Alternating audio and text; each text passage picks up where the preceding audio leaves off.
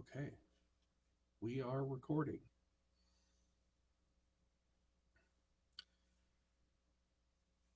Hello and welcome to the first official episode of We Love the State, solo edition. Welcome to the booth. This is my recording booth. This is where I record all my vocals for my music. And yeah, these are old blankets nailed to the walls to use as like sound isolation material. I'm very poor. Thank you everybody for being so patient and waiting for this podcast to get launched. There were a lot of hiccups, a lot of things that didn't go according to plan, and but fuck it, we're doing it. You know what I mean?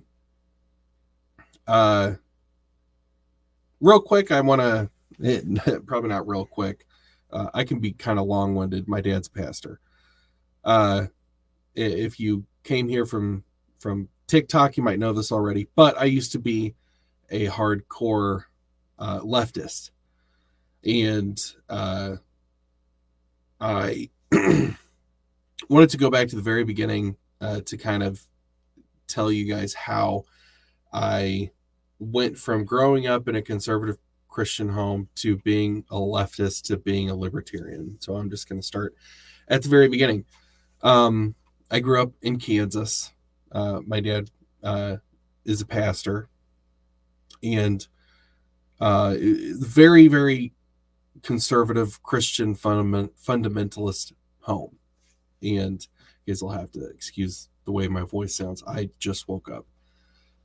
But, I grew up during the Bush administration in a Republican home, and so it was all conservatism and war with the Muslims and I grew up in or my formative years was post 9/11 Bush administration, so it was like a very pro-war household that I came from.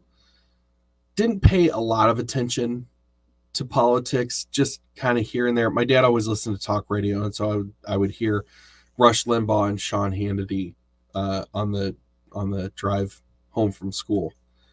And those were two household names for us.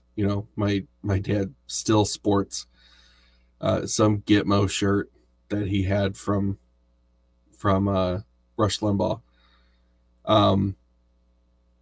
Grew up just always defaulting to conservatism.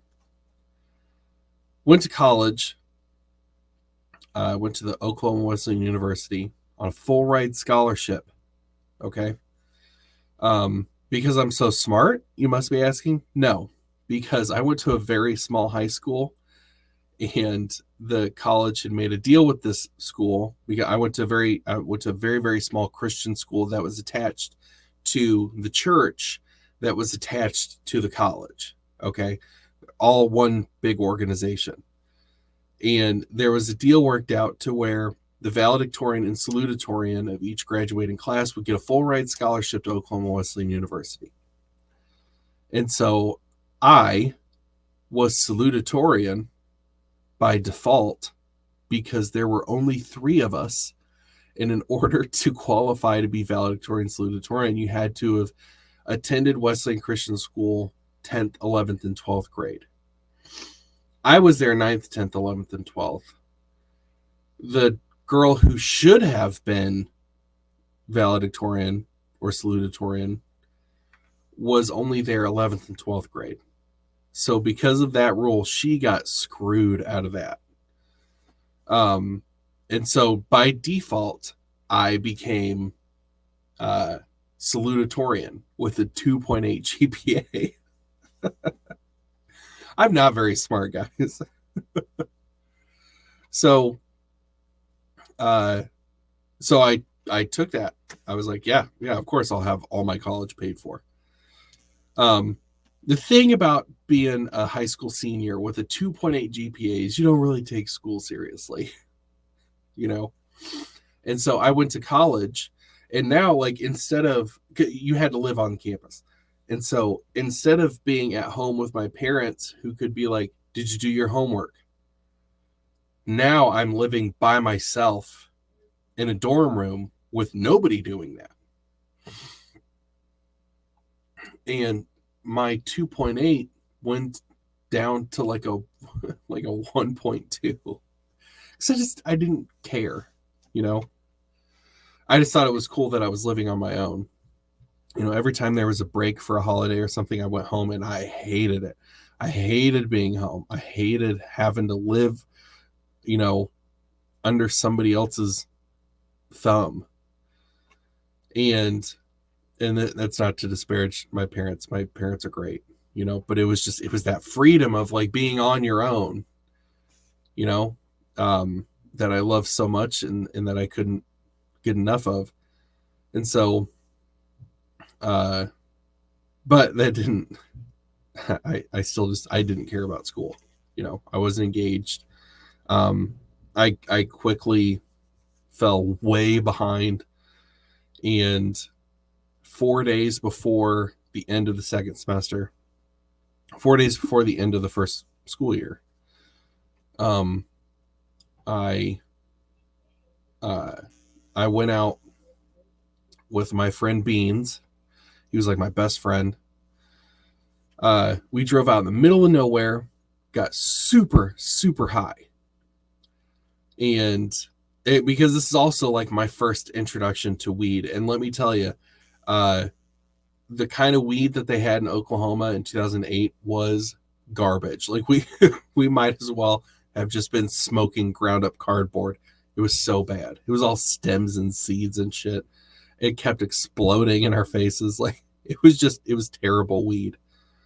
So we go out and we get historically like blazed. Okay. We come back to the campus. I wander into the wrong dorm room. All right. Now, luckily, it was still like a guy's dorm room. But I was sitting in their like living room area, their, you know, lobby where they have their fucking TV. Sitting there, there's an infomercial playing on the TV. I am not looking at this infomercial. I am fixated on an air vent and just laughing my ass off. Why? I don't know. Air vents are not funny. I feel like I didn't need to tell you guys that, but I'm just laughing my ass off at this air vent. And then one of the, I don't know if they're called like RDAs or RSAs. I don't remember, but it's like a souped up college kid, you know, college kid with a little bit of authority. He comes out and he sees me and he's like, "Hey man." I was like, "What's up?" He goes, "You doing okay?" And I was like, "Oh yeah, man. Oh, I'm great." My eyes are probably red as this blanket. And he goes, "Okay." And then walks off. So then I was like, all right, time to go to my room. I go to my room. I make the best microwavable frozen burritos ever because I'm so high. I'm almost getting teary-eyed thinking about how delicious it was. This is stupid. So I go back to my dorm. I make some food. I go to sleep, not thinking anything of it. The next morning, I get a call from, he's like a student representative or something like that. He's like a grad school student who has like an apartment that the school has given him. Okay. And he is just one level higher up than the guy who came out and asked me if I was okay. So he calls me. He's like, "Hey man, I gotta talk to you real quick. Can you meet me at my apartment?" And I was like, "Yeah, sure." So I go down there. I talk to him. He goes, a very concerned student approached me and said that you seemed like you were high. Did you and another student go drive out in the country and smoke weed. And I was like, what? No, I don't. I have no idea what you're talking about. What is this thing? Marijuana? I've never heard of that stuff. So he's like, okay, well, the dean of students wants to see you too. I was like, okay, that's fine. And so he and I are walking together to the dean's office. And the whole time in my mind, I'm like, they have no proof. They have no evidence. All I have to do is deny it, and ask for proof. That's all I have to do. And I'm off this scot-free. Well, I'm also a giant pussy. Okay. So we get into the dean's office. I sit down and he looks at me and I'm super fucking intimidated, And not that I'm sitting there worried that I'm going to get beat up or anything. It's just like, this is the dean of students. Like, I realize how much hot water I'm in right now. God damn, sorry. And so he goes, Andy, were you and a friend of yours driving out in the country smoking marijuana? And I was terrified, and I looked him in the eye, and I was like, yeah, we were. That totally happened. I completely folded under the pressure. And he goes, all right, well, we have a zero tolerance policy. Thank you for being honest, but we have to expel you. And I was like, all right. Well, after that happened, it's surprising that my father did not publicly execute me, because he was pretty pissed, as he should be. And he brought me home. And the plan was my family was moving from a town called Independence to Wichita, because my dad, he was an associate pastor in Independence, but he picked up a senior pastor role at a church in Wichita. And so we were moving out there, or at least my family was, and I had no intentions of moving to Wichita. I was like, I don't know. I hated Kansas. I loved Oklahoma. I loved Bartlesville specifically. And so I was like, that's where I want to live. I want to live in Bartlesville.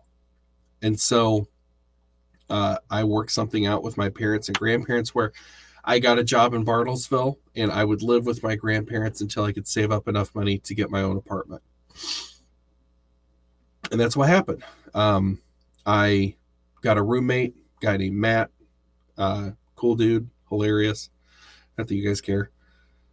And lived there for, good Lord, like 8 months before I moved to Michigan. But in the that happening, it really kind of put a separation between me and like conservatism. At that time, I didn't really give a shit about politics.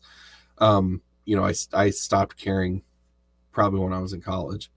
And I was just this kind of politically homeless person that, politically agnostic is one thing that I've called it, or is one thing that I've heard it be called. And I'm comfortable with that term. Like, I was politically agnostic all the way up until I was like 26, and didn't really pay much attention until the 2016 election. And that's when I was like, maybe I should pay attention to this stuff. Now, in that time, I had ditched a lot of the conservative like values and principles. Like, I was pro-choice, I was pro-gay marriage, I was pro all these left-wing things, pro social programs. And so in the 2016 election, because that was such a contentious election, I mean, everybody was feeling like they had to really represent their team, and so I felt like I had to do the same thing. I went further and further and further and further left. All right. And here's the thing about that. Here's the thing about how I went from conservative to left. All right. Because in this span of time where I don't care about politics at all, I renounced my religion. You know, I put it out there like, hey, I don't believe in this stuff anymore. I'm an atheist. And, you know, I kind of let the chips fall where they may. But whenever I first kind of realized that about myself, whenever I first asked myself, like, hey, do you actually believe in any of this stuff? And I couldn't get myself to say yes. It was a little scary. And because I was like, man, God has been the basis of my entire worldview, my entire universe for my entire life. And now that's gone, you know? And so I was like, I want to make sure that there's a good reason that I don't believe in this. And so I started looking into the arguments. I started looking into the arguments for God and against God. And in my opinion, the arguments against God made more sense. And so the thing about that is there's a pipeline from newly minted atheists to like radical leftists. All right. In the same vein that they say that like fucking Joe Rogan and Tim Pool are an alt-right pipeline, that's not the case. That's not a fucking real thing, you know? But there absolutely is a pipeline from atheism to like radical leftism. All right. And I'd even go as far to say like leftism to like authoritarian leftism. There is a pipeline because I got sucked into that pipeline because I went in just wanting to know like why I felt the way I did about God, why I couldn't get myself to believe him. And at the end of that journey, I am pro some very, very authoritarian things. You know, I was like borderline communist and just advocating for some very, very not good things. There are a couple things that I never budged on, you know, that I never got brainwashed out of. Okay. One of those is comedy. I've always loved comedy. I've always loved edgy comedy, you know, that it's just, I like it. I like edgy shit better. Some people like clean comedy better, and that's fine. I like edgy comedy, you know. The other thing is like speech. I've always understood that the freedom of speech is crucial, you know. And so because of those two things, actually, you know, I'll tell you what, my downfall was the skepticism that I learned while backing up my atheist point of view, if that makes sense. I learned about skepticism. I learned about why that's important, and that really latched on to me. And I was like, okay, yeah, skepticism is more important than the term atheism, you know, because that's the thing about atheism is that at the end of the day, nobody really knows. Nobody really knows if there's a God or not. And Richard Dawkins has this Richard Dawkins scale from 1 to 7, where like, if you're a 1 on the scale, then you absolutely believe in God. Nobody can change your mind. If you're a 7 on the scale, then there absolutely is no God and nothing is going to change your mind. Both of these people are stupid. Okay. Because they can't know. Anyway, sorry, I'm going off on a tangent. So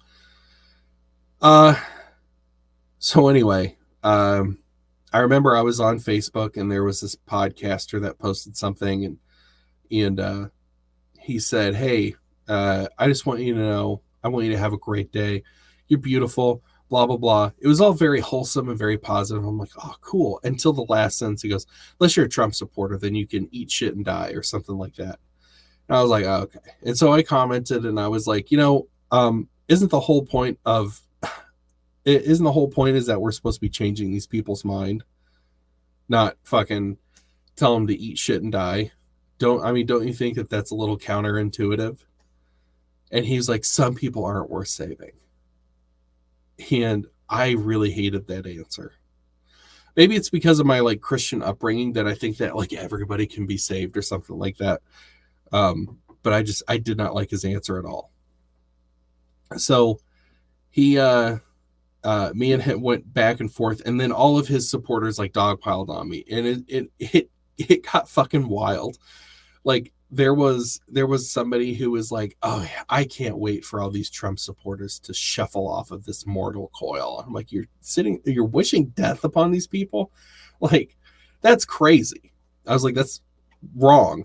I was like, that's wrong and that's crazy. And so whenever I said that, then the dog pile like really fucking started. And there were hundreds and hundreds of people who were just like, that sounds like something a Nazi would say. Not to kill people? How fucking retarded are you? Did he just say not to murder people? He's a Nazi. So stupid. So that was the first experience that I had where I was like, maybe, just maybe, all these left-wingers are not right all the time. That was my first kind of glimpse at the ugly side of the left. And I just kept seeing more and more of those glimpses, and I didn't like what I saw. And so I kind of swore off politics for like a year. And then I got this itch till, I don't know, just to start listening and reading about it again. But I didn't have anywhere to go. Like I had sworn off all the super far left podcasts that I had listened to, and all the super far left sources.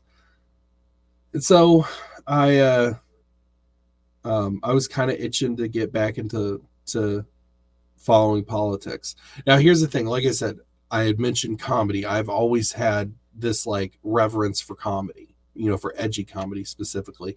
And like I've always understood the point of comedy. And the point is to make people laugh. And that might be through saying something really fucked up, and that's okay because it's comedy and everything's fair in comedy, and I was so sick of all the super far left woke comedy that was starting to come out that was like safe. I was tired of it because it was terrible. And so I kept hearing about this show called Legion of Skanks, and heard about how the comedy is so offensive and that's why you shouldn't listen to it. And so I was like, I'm going to try that out. And actually, no, I just thought of this last night. That's not how the story went. I started listening to Kill Tony first. And then from there kept hearing about Legion of Skanks. So that's how I got to Legion of Skanks. Sorry. Listening to Legion of Skanks, thought it was hilarious, loved it. And they kept talking about Dave Smith as like the political guy, And so after a while, I was like, well, maybe I'll give Dave Smith's show a try.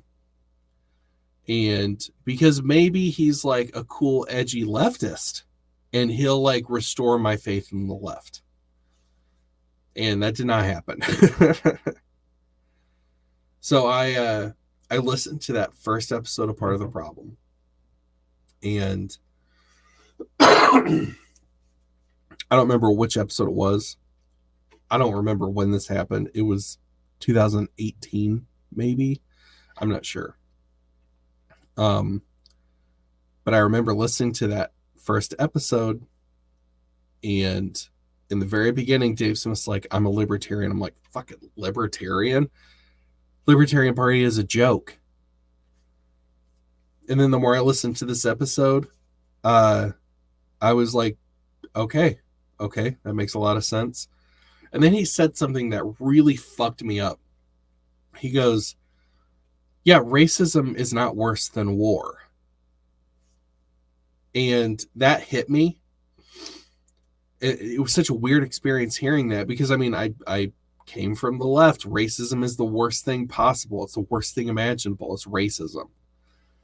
He goes, yeah, racism is not as bad as war. And I heard that, and I started thinking, like, well, what's the counter argument? What's the left-wing counter argument to that? And I could not, for the life of me, counter what he said. I couldn't. Even the data even backs that up.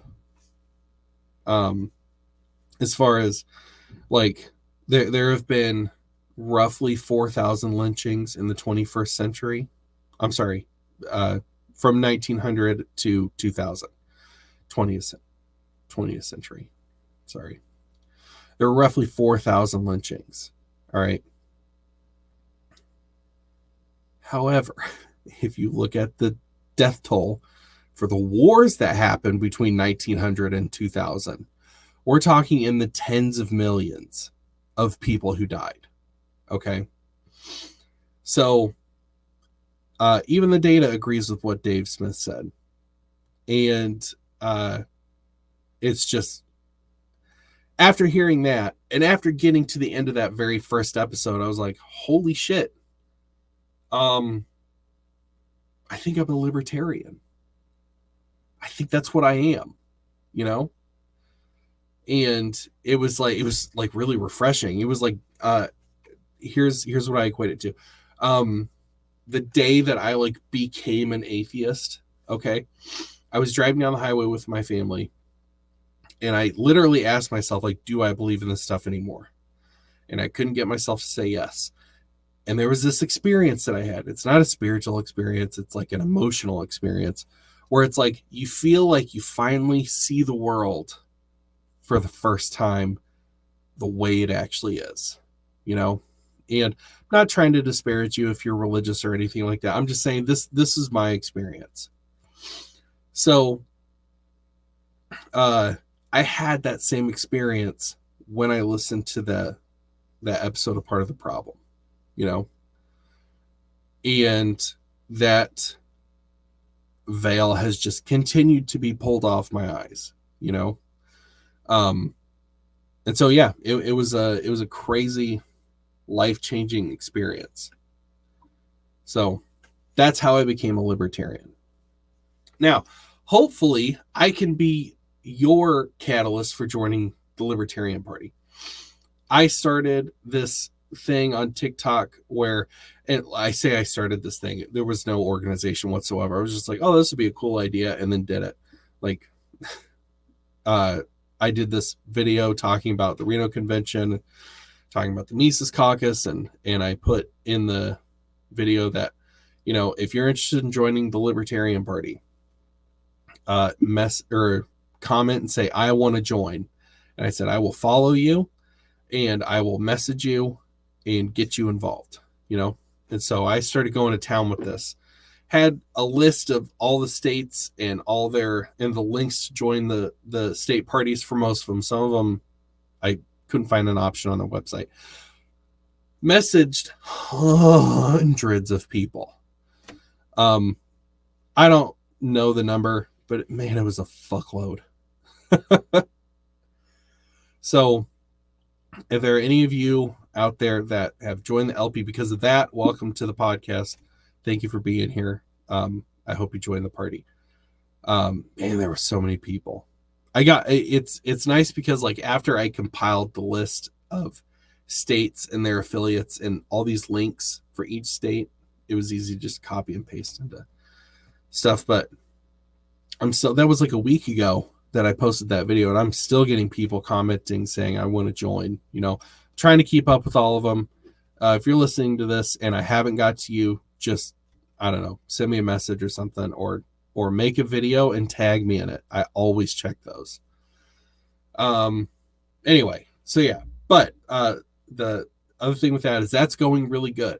You know, I'm very happy to see that much energy in just people on TikTok, you know, an energy about liberty.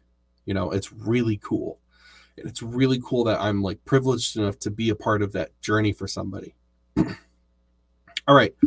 I have a list of topics that I want to cover on this episode today, if you haven't noticed. Some of you might be wondering what happened with the whole Andy and Elizabeth duo that this show was originally going to be.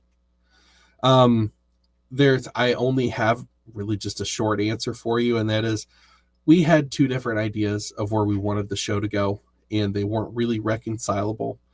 I don't have any problem with Elizabeth. Like it was very, like, it was a very positive thing. Not cordial. There's another word that I'm thinking of, but it like there's no personal issues or anything like that. It just didn't work out, you know. So anyway, that's basically what happened with me and Duffy.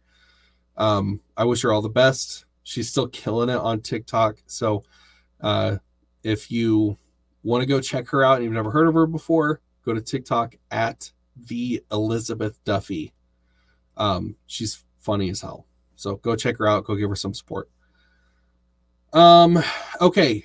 So something I just saw after I woke up this morning, there's a Pride event in Idaho, and there were 31 people detained that were in the back of a U-Haul truck. All right. And they're all part of this organization called like Patriot Fall or something like that. I've never heard of the organization before, but it sounds like some Proud Boys knockoff or something like that.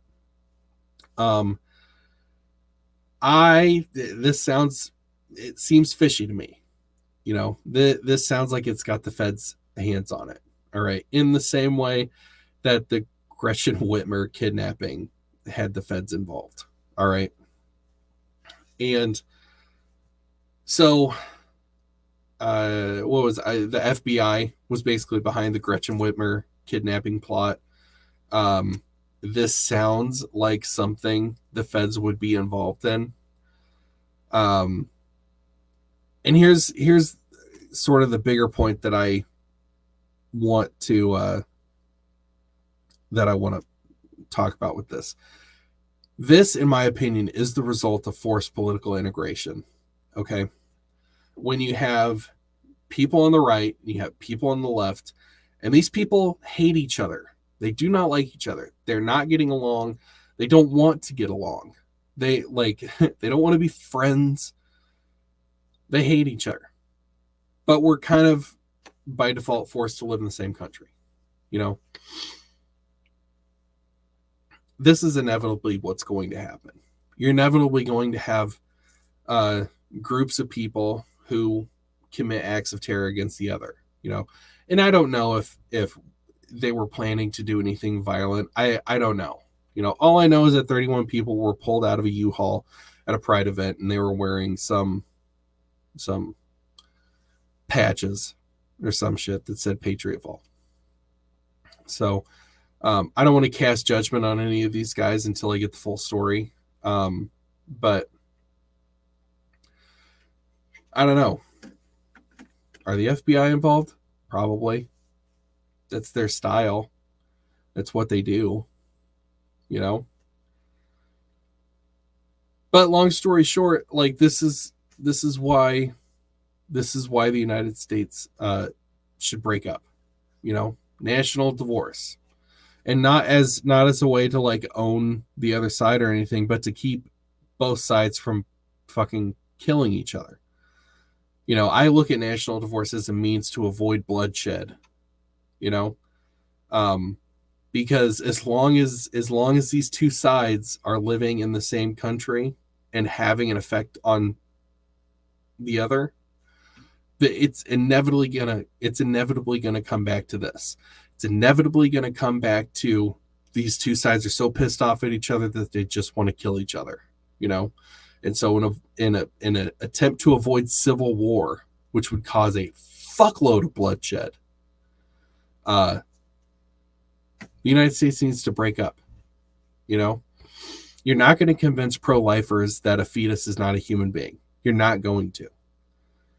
All right. You're not going to convince pro-choicers that a fetus is a human being. You know, you're not going to, because they see, like, pro-choicers see a woman's bodily autonomy in a different way than pro-lifers do. Like they live in two different worlds. You know, I'm a pro-lifer. You're not going to convince me that a woman being uncomfortable for 9 months is worse than the death of a baby. You're not going to convince me. So then, yeah, split the country down the middle. The left can have the west side, the right can have the east side, or split it up however you want. I don't care. But it needs to split up, or else it's not going to get good. Or else it's not going to get good. What a dumb way to say that. This is episode 1. Give me a break.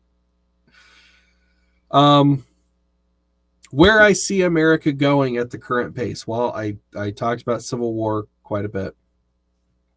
So I definitely think that is on the horizon. I don't see the government getting any less authoritarian. Because at every opportunity that they've had to give up power, they haven't done it. You know? So the power that we give them, they're never going to give that back. They're never going to give it up. So inevitably, we're headed towards an authoritarian government, like way worse authoritarianism. I also, it wouldn't surprise me if the uber wokes, like the super wokes, evolve into this like Fourth Reich type thing. Maybe not split down the line of, maybe not split down like racial lines, but definitely political lines, you know, to where if you're not with us, then you're not human, you know, rounding up political dissonance into concentration camps and stuff like that. I could see something like that happening, which is why if any, like, anytime there's a gun law, don't give up your fucking guns. You know, if they say that a certain scope or a certain stock is illegal, just say, okay, and don't give it up, because fuck them. Anyway, and here, like, honestly, this all just sounds probably like a big political ad, but here's what we can actually do to fight against that. All right, join the fucking Libertarian Party. I know I'm a shill or whatever. Join the Libertarian Party. Get involved with your local affiliate. You know, what we need to do to fight the state is we need numbers. We need members. We need people who pay their dues. It's like $25 a year. You know, it's easy. So that way we can vote these fucks out of office and dismantle their system. You know, and that's the last point that I wanted to make, is like how I can justify being an anarchist and being a libertarian at the same time. Dave Smith turned me into a libertarian. Murray Rothbard turned me into an anarchist, and it's because I read Anatomy of the State, which is I would urge any of you to go and read Anatomy of the State. It's like an essay, you know. It's like a 45-minute, hour-long read, but it's fantastic. Go listen or go read it. But if I simply exist as an anarchist, there's literally nothing I can do to further the cause of anarchy or something like that. What I can do is I can use the machinations of the state, or I can use the mechanisms of the state. I'm retarded. In order to dismantle the state. So then basically I want to vote in people who will dismantle the state, you know? And it's not that I'm giving up my my anarchist values or anything like that. It's because there's no other choice. You know, it's either I use the tools of the state to dismantle the state, or I just sit back and do nothing and talk about anarchism and do nothing about it. You know, because I guess the only way to achieve anarchy without without using the tools of the state is to commit acts of violence. That's the only way, and I'm not cool with that. So I am an anarchist, but I'm choosing to use the Libertarian Party as a means to use the tools of the state to dismantle the state. And then the reason I take this stuff so seriously is because I'm a husband, I'm a father. I want my kids to grow up in a world that's more free than it is now. You know, I want my kids to, I don't want my kids to worry about being conscripted. I don't want my kids to have to pay taxes. I don't want my kids to have to buy a house and then pay rent on that house eternally through property taxes. You know, I don't want my kids to ever be disarmed. I don't want my kids to ever have to bow to some authoritarian figure. You know, I want my kids to grow up in a world that's free. So that's why I take this stuff so seriously. Yeah, this feels like a choppy ass episode, you know, but it's my first one. I'm going to put it out there. You guys have been asking for forever. This is going to get better. I've got a lot of people that I've been talking to who were really, really interesting that I think you guys will enjoy as guests. I'm not going to mention any names right now, but I've got a lot of really cool people that I'm going to be interviewing. So hopefully this didn't suck too bad. I think it went okay for just me talking in a blanket laden abandoned pantry for 42 minutes. Could have been worse. So anyway, thank you so much for watching. You can follow me on TikTok at Andy Coons, ANDYKOONS. You can follow me on Twitter at Andy_Coons. All right. If you go into my link tree, which is in my bio on both my TikTok and my Twitter, there is a link to a merch store. I've got all kinds of shirts and mugs and blankets and pillows and all kinds of shit with, you know, stuff on it. I have merch. Go and buy some merch. The more merch you buy, the closer I get to being able to quit my job and do this shit full time. So do me a favor, go buy a coffee mug. All right. Thank you so much for watching. I'll talk to you later.